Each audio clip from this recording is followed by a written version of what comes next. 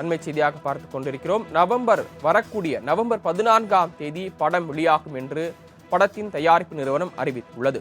சூர்யா நடித்துள்ள கங்குவா படத்தின் முதல் பாகத்திற்கான ரிலீஸ் தேதியை பட தயாரிப்பு நிறுவனமான ஸ்டுடியோ கிரீன் நிறுவனம் அறிவித்துள்ளது. வரும் 14ஆம் தேதி கங்குவா திரைப்படத்தின் முதல் பாகம் வெளியாகும் என்று அறிவிக்கப்பட்டுள்ளது. அண்மை செய்தியாக பார்த்துக் கொண்டிருக்கிறோம்.